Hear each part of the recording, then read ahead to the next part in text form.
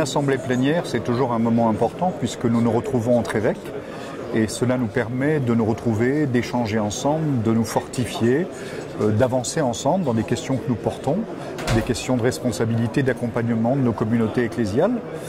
Et en même temps, c'est vrai que nous sommes venus cette fois-ci à Lourdes, un peu comme l'an dernier, d'abord dans l'idée de nous retrouver, mais avec une certaine pression autour des événements récents de la vie de l'Église.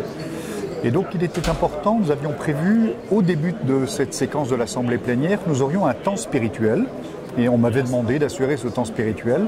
Et c'est vrai que les circonstances dans lesquelles nous sommes a donné peut-être un sens un peu différent à ce temps spirituel particulier. Ce temps spirituel, ça a été tout simplement partir de la parole de Dieu.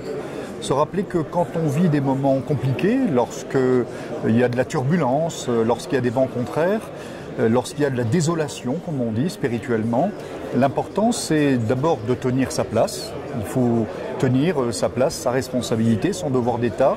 Et en même temps, il faut essayer de se réformer, essayer de se convertir un peu plus et surtout de se dire il faut que j'aille plus profondément vers celui qui fait le cœur de notre vie, de baptisé et d'évêque.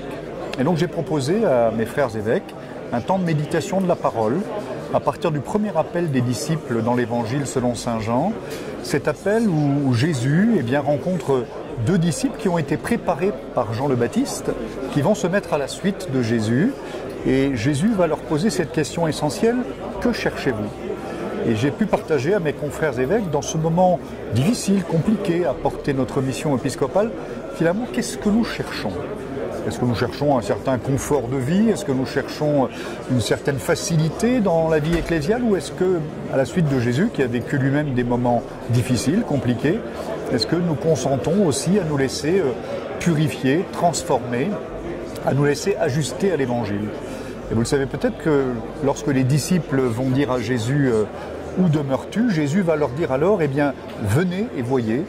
Et l'Évangile nous dit, ces deux disciples vont se mettre à la suite de Jésus, ils vont aller avec lui, voir où il habite et demeurer avec lui. Et j'ai alors essayé de creuser ces trois dimensions, comment aller, c'est-à-dire comment se laisser déplacer intérieurement, comment se laisser décentrer pour que ce soit vraiment Jésus, sa parole, qui soit au cœur de nos vies, et pas peut-être la recherche de la protection de nous-mêmes ou de nos avantages ou de notre vie.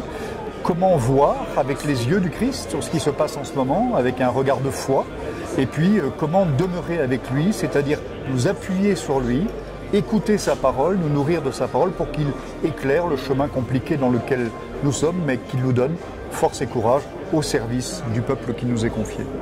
Voilà, c'était cette proposition spirituelle que j'ai faite à mes confrères et qui nous a peut-être permis d'approfondir et de trouver une certaine paix pour continuer nos débats en vérité, avec le souci d'avancer, mais avec cette paix dont nous avons aussi besoin pour discerner de manière juste.